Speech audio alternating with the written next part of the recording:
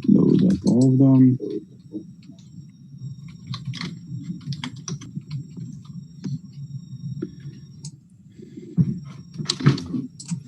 Okay. So I'm just going to run this, and then we'll talk about what it does and what's the structure that's going on here. Do we need to make it into version 1 point something? Yeah. Well, we'll do that if it breaks. Okay. Or maybe we should just get used to the habit of doing it. I saw that you put it over here. Yeah, I did. Right? You did this one. But also, I mean, anyway, we need to switch everything to TensorFlow. So from TensorFlow, Kara, simple players from TensorFlow. By the way, I have a feeling I know. So first of all, there's a second edition of this being written, and you can already access the 4 first chapters if you buy it. If you buy it, you'll get access to a PDF of this book, and you'll get access to the first 4 chapters of the second edition, which I haven't done yet. And once the second edition is fully written, they will send you a print copy. And my guess is the second edition would be nice because it would be on TensorFlow 2. However, TensorFlow 2, I mean, if we go to TensorFlow, I don't need the migration guide, but I want the tutorials. So if you go to TensorFlow tutorials these days, the material that you would see on the beginner here matches very closely with the structure of this book. Essentially, I would say this is this book with the data sets replaced with different data sets, equivalent, maybe a little better.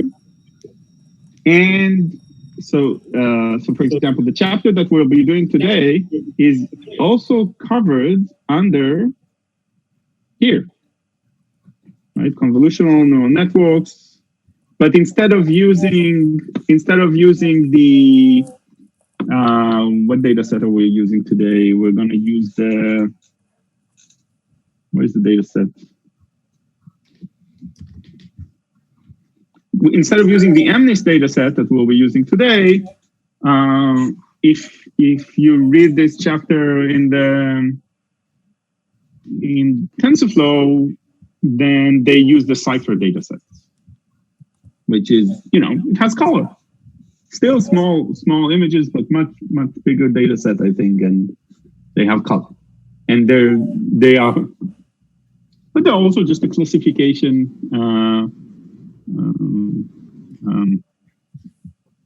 problem. And I think they're also just 10 classes to classify into. So it's very comparable. Right. So I think at some point, maybe after we finish with this book, maybe the next run of this meetup would be over the TensorFlow tutorials, because they're pretty similar to the book. The book is nicer in that you've got François Chollet's voice. And he explains things nicely. So maybe some of this might be a closer match or some. So say we can look at the overfitting and underfitting, which we have. So now it's with a different data set, the Higgs data set. I don't know what that is so much, but how do they demonstrate overfitting? So again, they move to a tiny model, for example. So here, small model, and then so it looks like they changed the data set, made it a little bit more modern, maybe, and then but So my guess is this is the blueprint for the second edition. The stuff that's on TensorFlow right now, because François Chollet works now very closely with the TensorFlow team. I believe this closely matches what we'll get on the second edition of the book. Okay.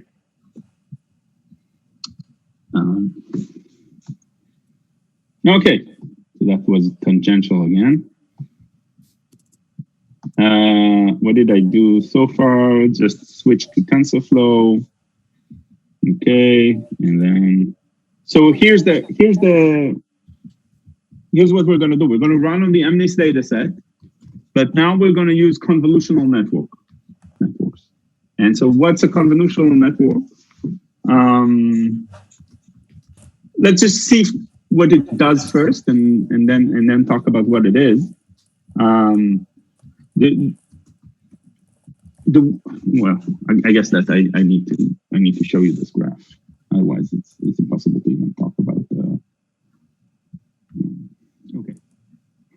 So here's this graph from the book.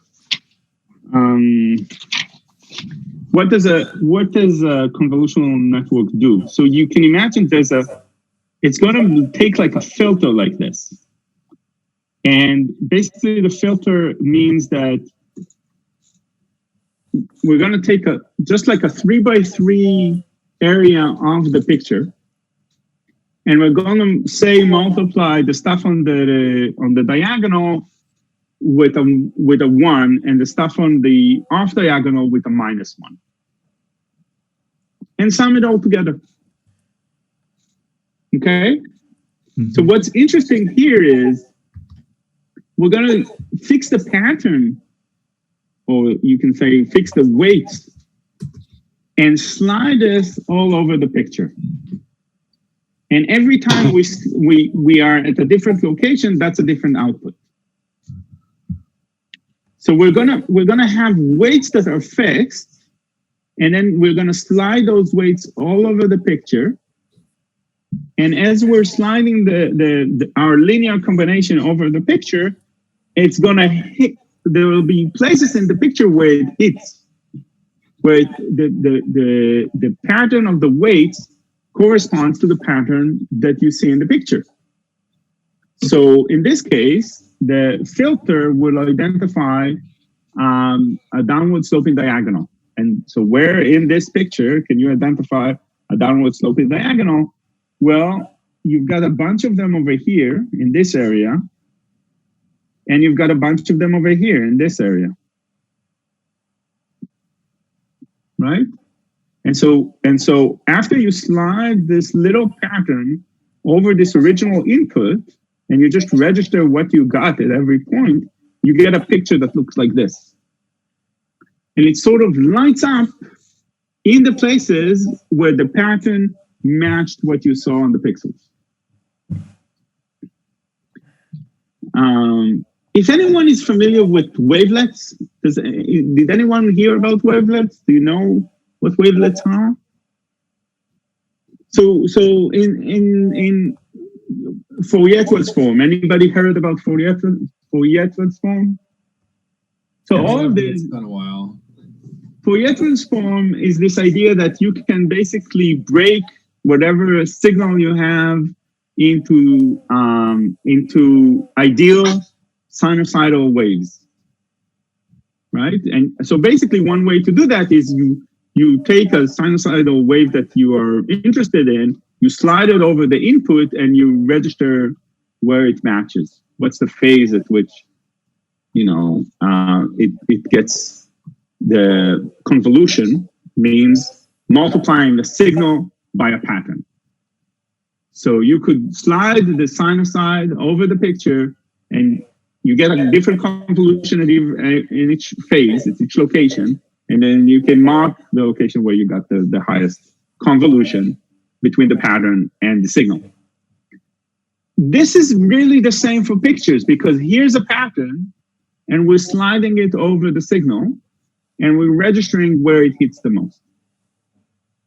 Okay, and wavelets is the same. Wavelets, again, it's just some pattern, you slide it over your signal, and you register where you got the best match between the pattern and the signal.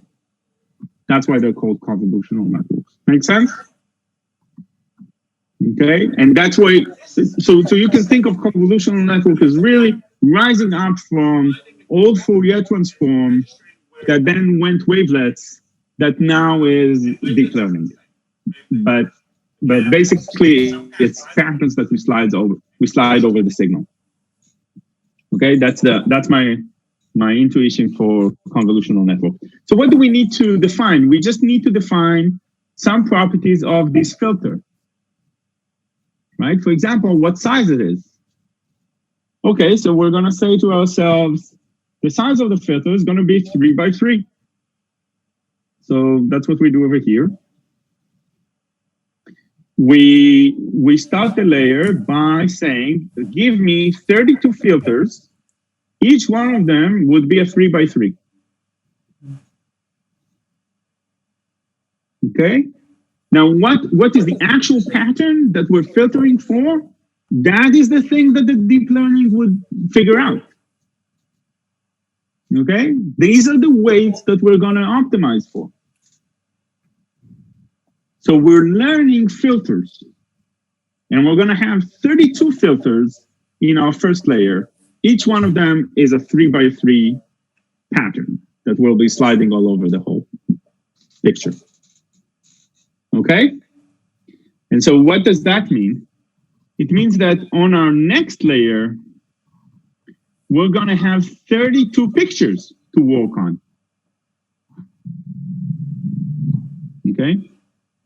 Now, here are 32 pictures coming in to the next layer. So you start off by sliding the pattern. You need to fit, the original input is a 28 by 28, and it has just one depth to it because it's just one number for each location in the picture. But as we go to the second layer, what are we going to have? So we're going to have 26 by 26 locations because we have to fit a 3 by 3, so it shifts. The first location is not 0, 0. The first location is 1, 1 because we have to have a 3 by 3 around it. Okay, so instead of having 28 by 28, we end up with 26 by 26, but we have 32 such pictures. Okay, so that's the shape of the output that we'll get past this first convolution layer. Does it make sense? I have a question. Yeah, Aaron. I don't get, what is the pattern? Is it just kind of random? Or the pattern is what the network actually learns. But exactly. So it starts off random, but then in every iteration of the optimizer, we're going to figure out which patterns helped us identify the correct levels, and we're gonna move the patterns in that direction. Right, so we start off with a bunch of random patterns. Some of them are going to produce for us helpful answers, and that's the direction in which we're moving. Away from the ones that weren't productive, towards the ones that were productive. If you don't mind, I can give a little. Yeah, that would be awesome, Evan. Sure. So in computer vision, so if we just forget about deep learning for a second. In computer vision, convolutions are used to oftentimes to find matching patterns in an image. So traditionally, you can do something called template matching, where you say, in a very simple case, I'm looking for squares of a certain size in the image. So you form a convolution kernel, which has, let's say, negative ones outside and a square of positive ones inside, and that's your convolution kernel. And now you convolve that thing across the image, you kind of raster scan it. And like Aniv was saying a minute ago, when it finds a square that matches up with that pattern, it's going to give a higher response than it will in other regions of the image. And, that's a simple example. You can have more complicated things with RGB and all these things. I guess I get how that works. I just don't get how the network is figuring out which features. It sounds like you're figuring out what the features of the image are, but yeah, right. That's exactly right. So traditionally in machine learning, before deep learning, you'd have to do something called feature engineering. So you'd have to kind of design your own features that get extracted from the image. And you might use things like wavelets, which Yaniv mentioned, or you might use Fourier transform or other kinds of edge filters and things like that, gradients that you say, okay, these are the things that are important. I'm just going to throw these all in, and the model will learn to classify based on those features. And that was kind of one of the big breakthroughs of deep learning several years ago, is that now you don't have to do that. You just feed in the images, and the image not only learns how to classify, but also learns the features to extract that are useful for classification. And so that's what it might be more interesting, like once you train a network and actually look at the filters that it learns, like look at the weights of the actual convolutions that it learns. But the first few layers end up looking a lot of times like wavelets and things like that, because those are the interesting features that the network learns to extract from the image based on your data set. Fascinating. Yeah, let me take another picture from the book and share it with you. Maybe this. Okay, so let's see. Where am I?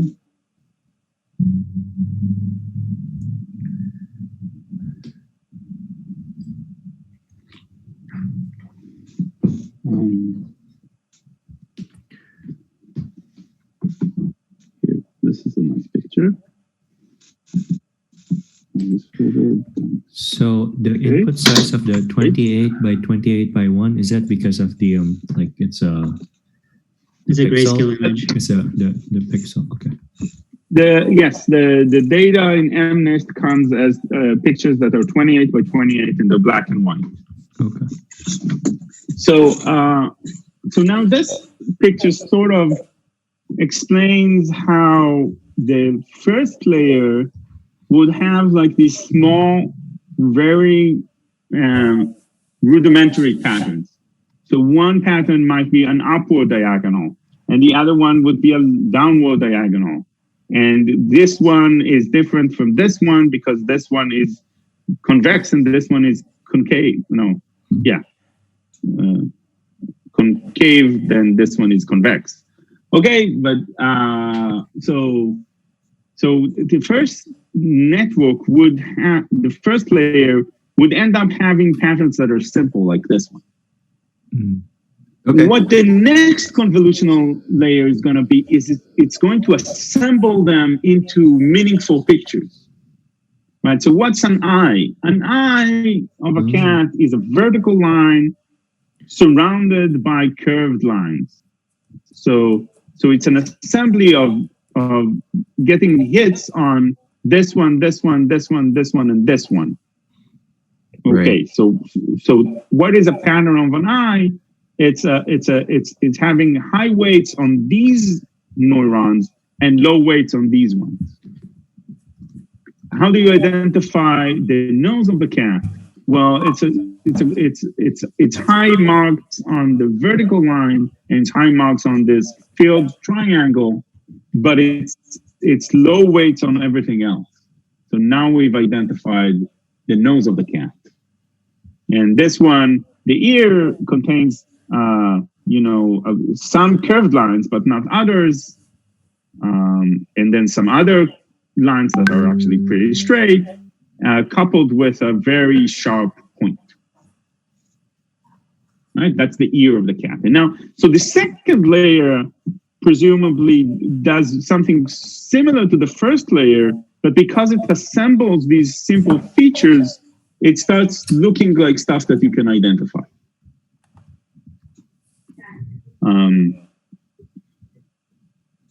And so what will end up happening is wherever there's an eye in the picture, that would light up. Just like in this picture, wherever you had a lower diagonal, right? So it's still a picture of the cat, but some parts of it are going to pop out, be lighted highly. Why? Because they matched up with the convolutional pattern. But now the convolutional pattern is actually an eye or a nose, right? Evan, did I make a mistake now in describing what happens in the next layer? No, I think you're right. I just posted in the chat an image that's kind of a good example of that also. Oh, thanks.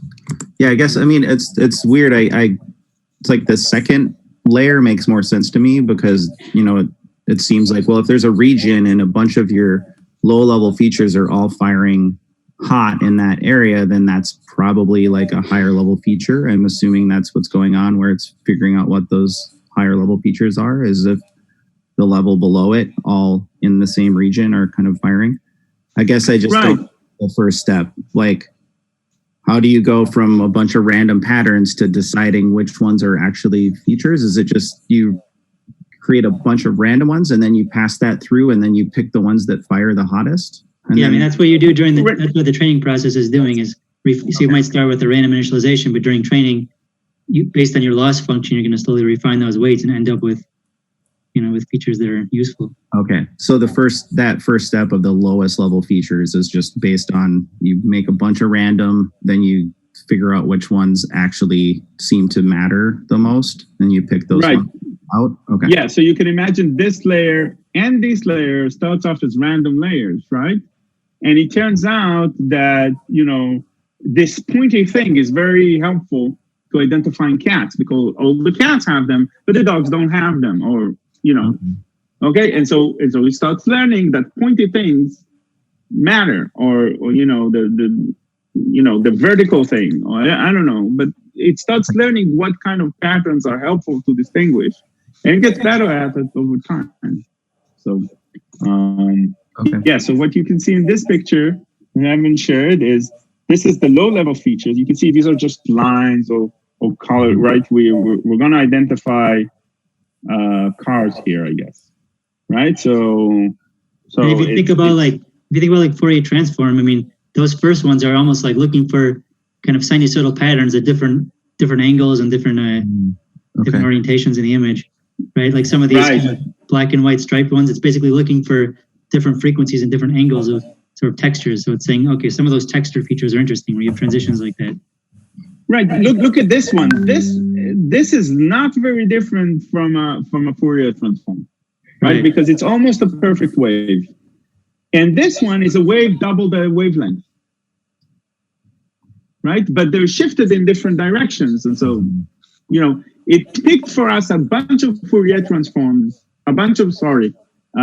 places on the Fourier transform, two-dimensional Fourier transform, to keep track of. Why? Because they're predictive for something. Mm-hmm.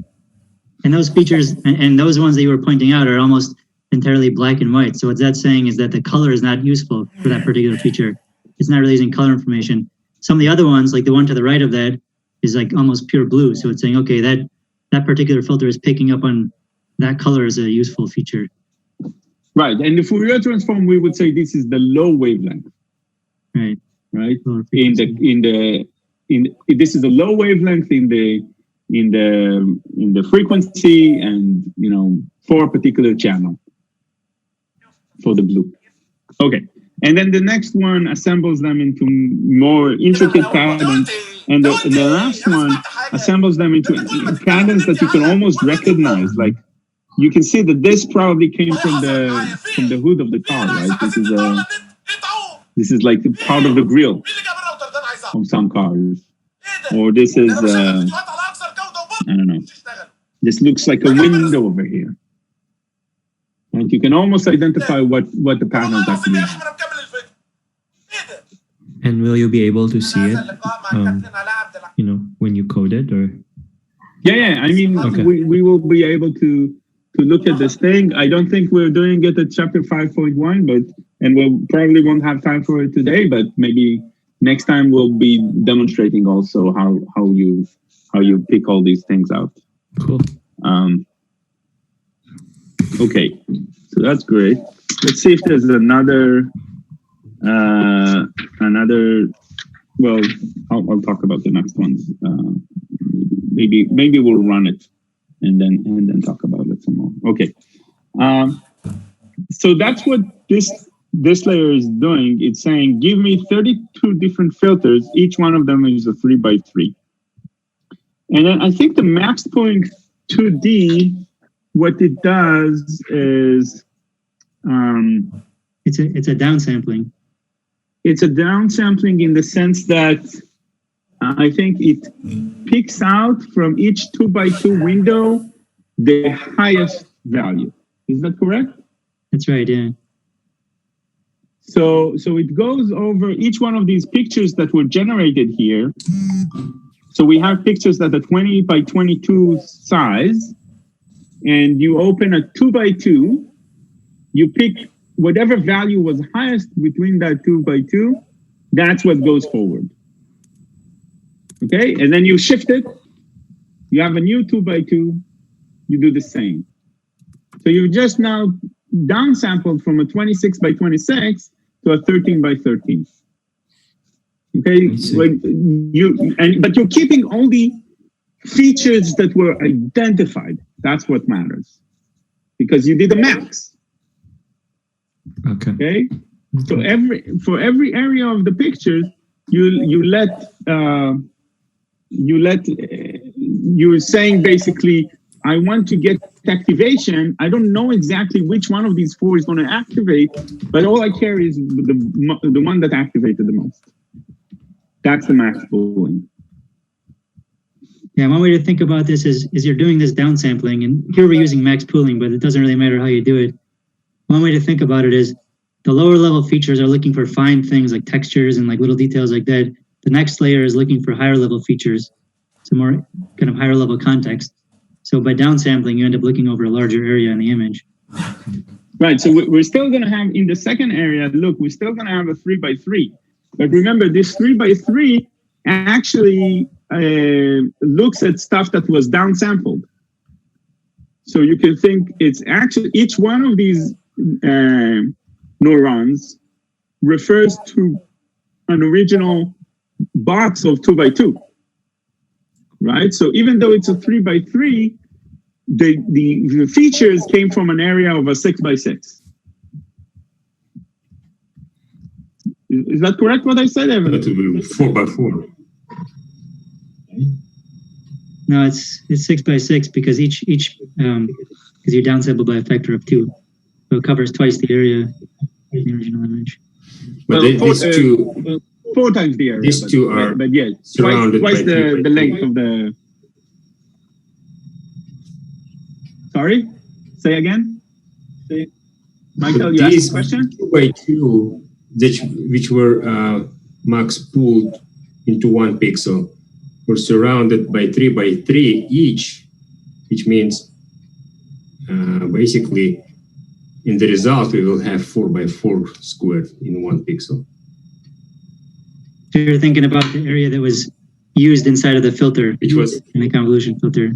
13 by 13. Right. So you want to add like one surrounding pixel on the edges. Fine. Does this make sense? All right.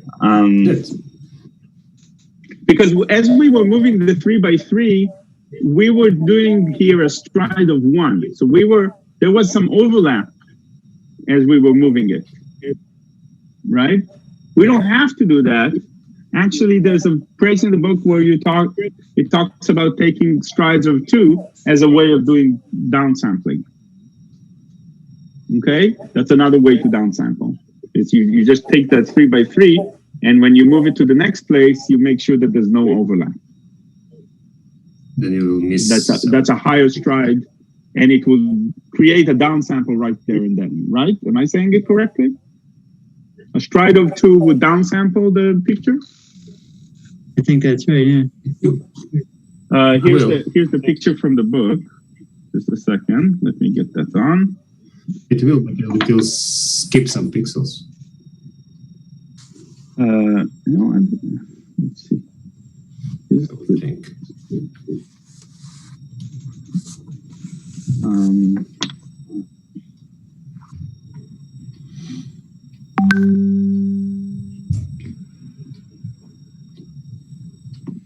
Okay, so here, what it's saying is, here's our first square, here's our second square. Now they don't now they still overlapped it, but by one.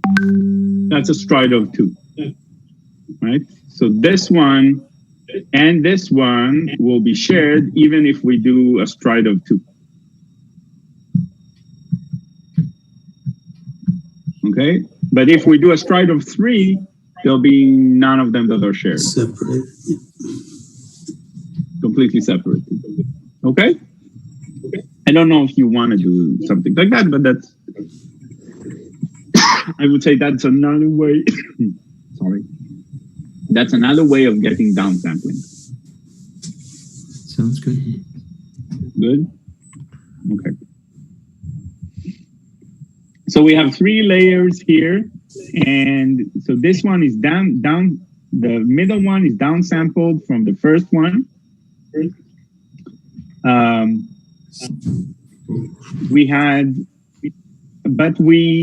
So what we did is we downsampled, but we allowed for more features. So now, instead of having,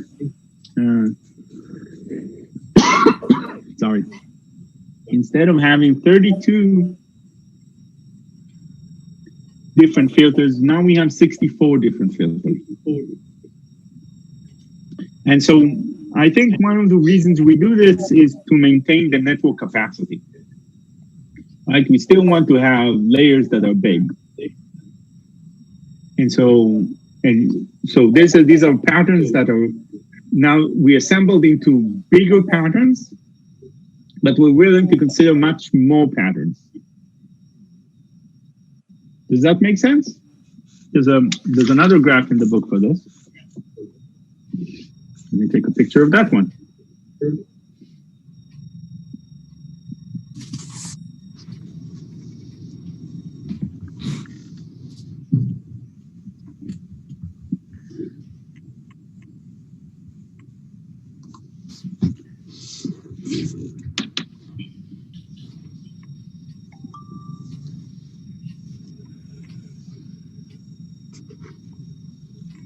Okay, so you can imagine here we're starting with pictures that have, maybe 2 colors to them. So that's why the input is coming with depth originally. And now we created filters. Each one of them is adding something to the depth. But then we downsample. Okay, so downsampling, if we want to maintain this, like a rich network, we're gonna make more features available. We're gonna increase the number of neurons. So as we put more convolutional networks on there, we keep downsampling spatially, but we're increasing the number of features that we're willing to consider.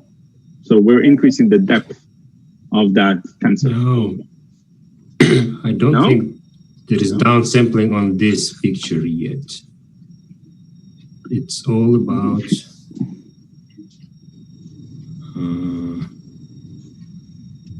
okay, maybe that feature. Okay, maybe I'm misinterpreting what this picture actually is supposed to teach us. Okay, so that you might be right that that's not what the picture is trying to tell us. It is what is the common practice in convolutional networks that I've seen, is that as you do downsampling, you're also increasing the richness of the feature set. Okay, so that's what happens over here. You can see now we end up with after the max pooling, we end up with a 5x5. After the first max pooling, we end up with a 13x13. After the second max pooling, we end up with a 5x5. And so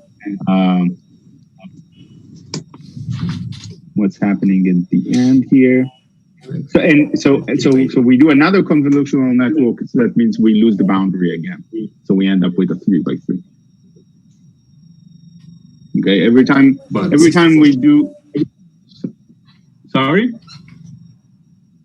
Yeah, 3x3, but 64 channels.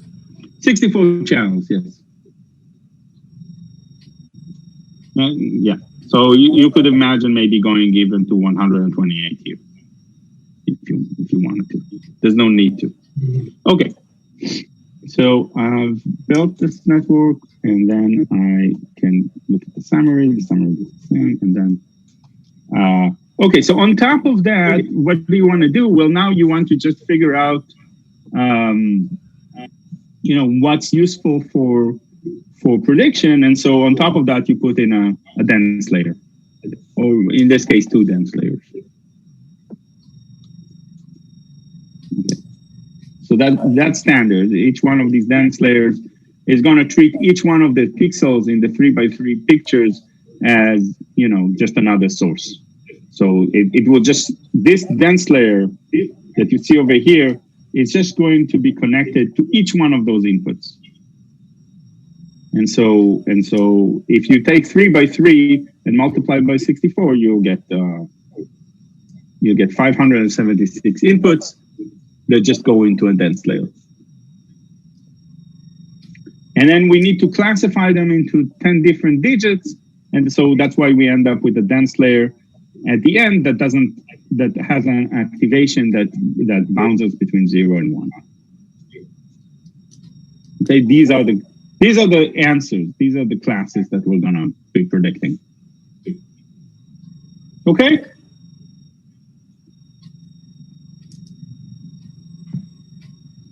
We're just prepping the data here.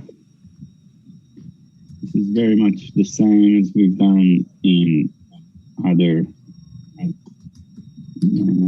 notebooks.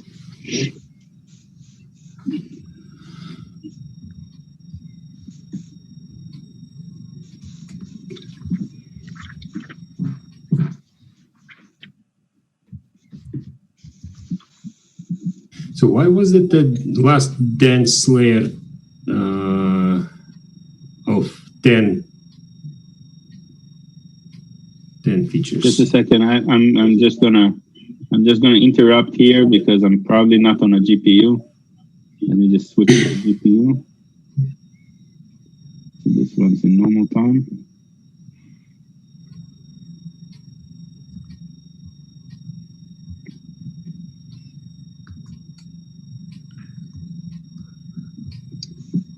Sorry. Yes, Michael, you were asking something?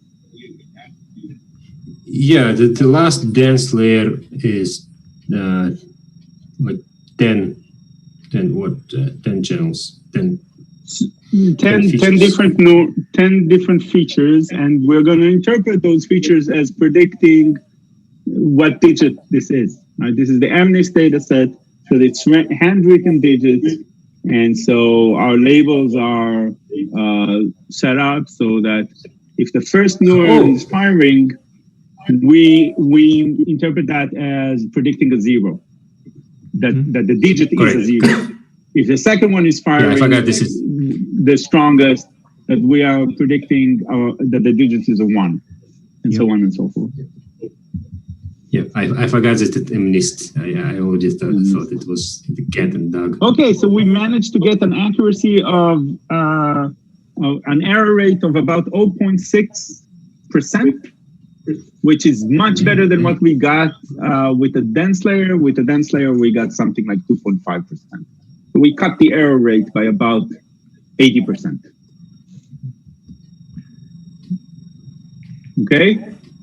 I mean, when comparing 97.5 to 99.5, one has to remember that this is not a 2% difference.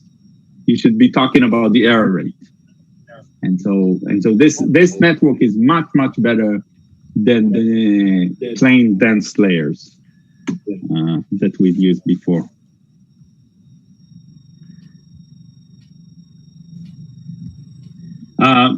Right, but this was on the test training on the training set. What matters is what you get on the validation set. Okay, so we still have a 1.2 error rate.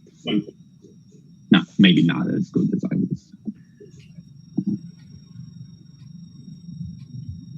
Right, so he got a better answer. So cross validation helps in this as well.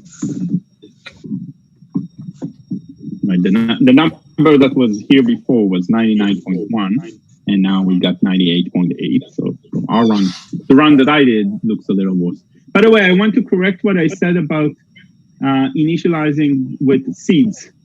I think maybe maybe it's machine dependent, but I've been getting good results with fixing the seed in my latest runs. So let me just say, how do you fix the seed?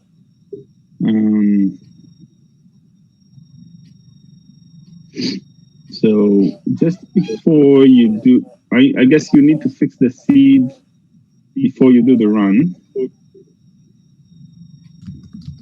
So initializing the network, the initialization of the network might matter too. So I would say you need to fix the seed around here if you want to do it. And then what's the code for fixing the seed?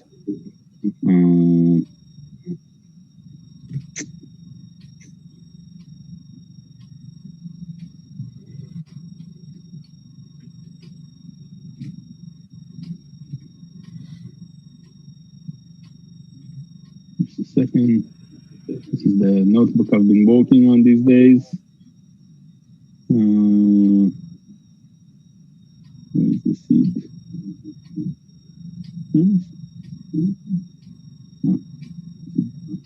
Okay, here.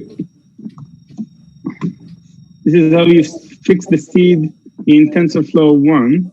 And in TensorFlow 2, it looks pretty much the same, except there's one change. So if this was TensorFlow 2, we would write this as, the NumPy is the same, so you don't need to change that. But for TensorFlow 2, you say TensorFlow.random, and the name of the function is setSeed, and then you do the same. Okay, so this is for TensorFlow 2. TensorFlow.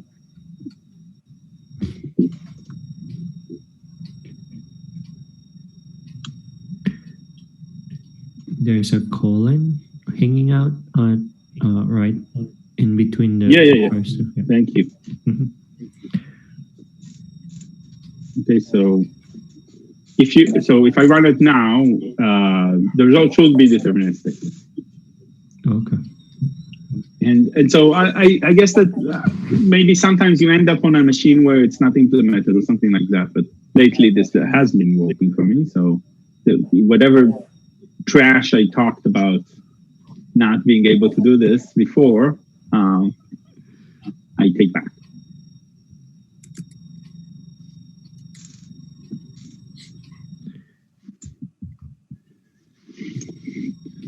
Okay. Cool.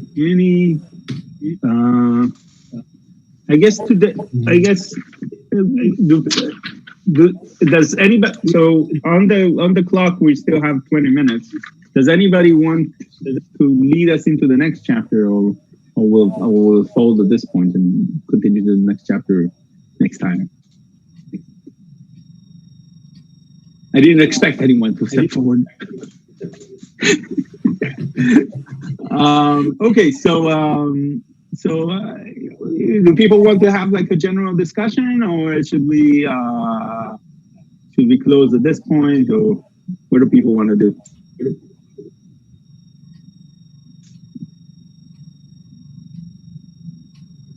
I want to know, like, what should I do to be more prepared next time? Should I start doing chapter on there? You can read the book, right? You can read forward. Next time so what we're doing is we're going over the book, but we're only doing parts that have code in them. And so if it's just fluff, I'm not going to cover it. But if it's if it has something more substantial, then I'm going over it. So next time we'll do chapter 5.2 for sure, and then I don't know. I mean, I prep on the day of the thing because I'm a procrastinator. So I don't know what it's going to be until I figure it out on the morning, on the Saturday. I'll just look morning. a couple notebooks ahead for next time. Yeah. That's exactly what you want to do. Look a couple notebooks ahead, read. So I guess that because we've spent so much time today on the covenants, what they are, I would expect to finish chapter 5 by the end of next week. So that means 5.2, 5.3, and 5.4. So I posted on the chat like the GitHub from François Chollet on the book. So if people want to see it. Yeah. And he hasn't updated it for the last 3 years. And there's a copy also on my GitHub that I forked. So you wanna take a look at the GitHub next notebook. They generally replicate the code that's in the book. Sometimes there's a little bit of code that's missing from the book, and so to some degree they're more complete than the book. There's lots of text in the book and graphs that aren't included in the notebooks, and so they're complementary. You really want to go over both. Quick question. Yeah. The file that this is Rohit. The file that you're working on, if I try to download it, it's not showing the latest changes that you have made. Is that okay? So I can upload the. Let me share it now in the notebook in the chat, but I will upload also. What am I doing wrong? Shared link will not contain your edit or output. I need to save it. I think it's because you're editing the GitHub file. Yeah. So I need to first save a copy in my drive, then I can share it. Thank you. Maybe I'll keep in the copy of, so that we'll know that it's not the original, and then get shareable link. And I have to make sure that this is open to the world, not just people in my thing. Anyone with the link? Okay, then get shareable link. And this I will be posting. Maybe I should post now so I don't forget, but here it is on the chat. Thank you, Yaniv. Welcome. As always, if anybody wants to grab coffee with me, or if anybody wants to connect with me on LinkedIn, please go ahead and do so. I will be happy to interact with you socially through virtual safe connections. Wash your hands. Okay, so we're good? Yeah. Anybody with one additional question? The question people ask just before they go through the door is often the best. Yes. Oh, Yaniv, I was going to say one thing. That's for next time. Yeah. You can download the dogs and cats through the link I put up. You use with the wget. In the book, they assume you're going to download it onto your own machine, but using Colab, I just linked you how to load that set. It took me about a half hour to figure out this morning, but this is cool. Okay. Yeah. No. wget is what I use too. So yeah, I'll copy it and I will. Let's already do it. So let's make sure people get this right. Let's see how long it takes. Where are the notebooks? I need to go to my GitHub, and then in my GitHub, I'll open 5.2. No, not this one. I'll open 5.2. Where is 5.2? Okay, and then this I want. Sorry, I want to open this in Colab. And then go to GitHub.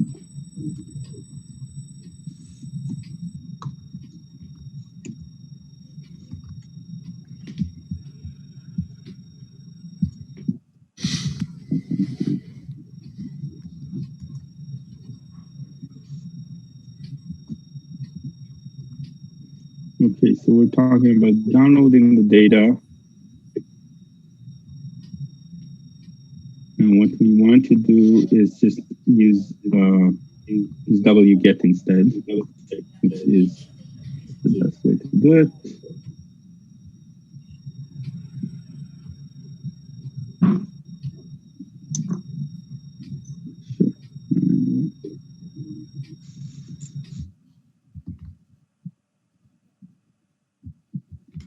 And here's that. Wait, where's the data? Was the right data? It looked like it downloaded the data, but where did it put it in? Where is it? DMP. It's on the temporary. Yeah, but where? On what machine? Okay, so we don't. Okay, so we don't want it there. We want it. We don't want it in the root. We want it right here. Okay, so let's do this. And will it appear now? Storage, Google API. Oh wait, I need to refresh. Here it is. Okay. So we fix that, and then you want to unzip it. So you go unzip, and you put the name of the file, cats and dogs. And unzip is a messy thing, so I put the output into now. But now we will have our data as cats and dogs filtered, then it's unzipped.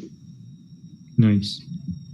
Okay, so I'll put all of this in the chat box. Maybe also I'll put it in the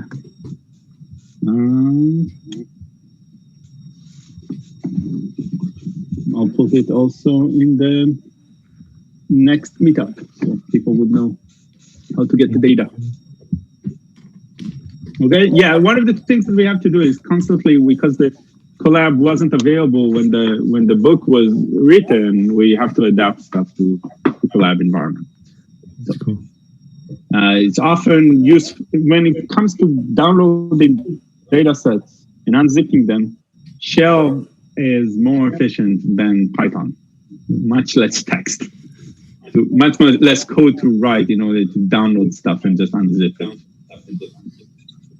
So use the Unix shell. Okay. Cool. Thank you, John. Well, thank you very much. It was a great lecture. Thank you. Thank you. Okay. Thank you. See you guys around. Bye-bye. Bye. All right, thank you. Bye.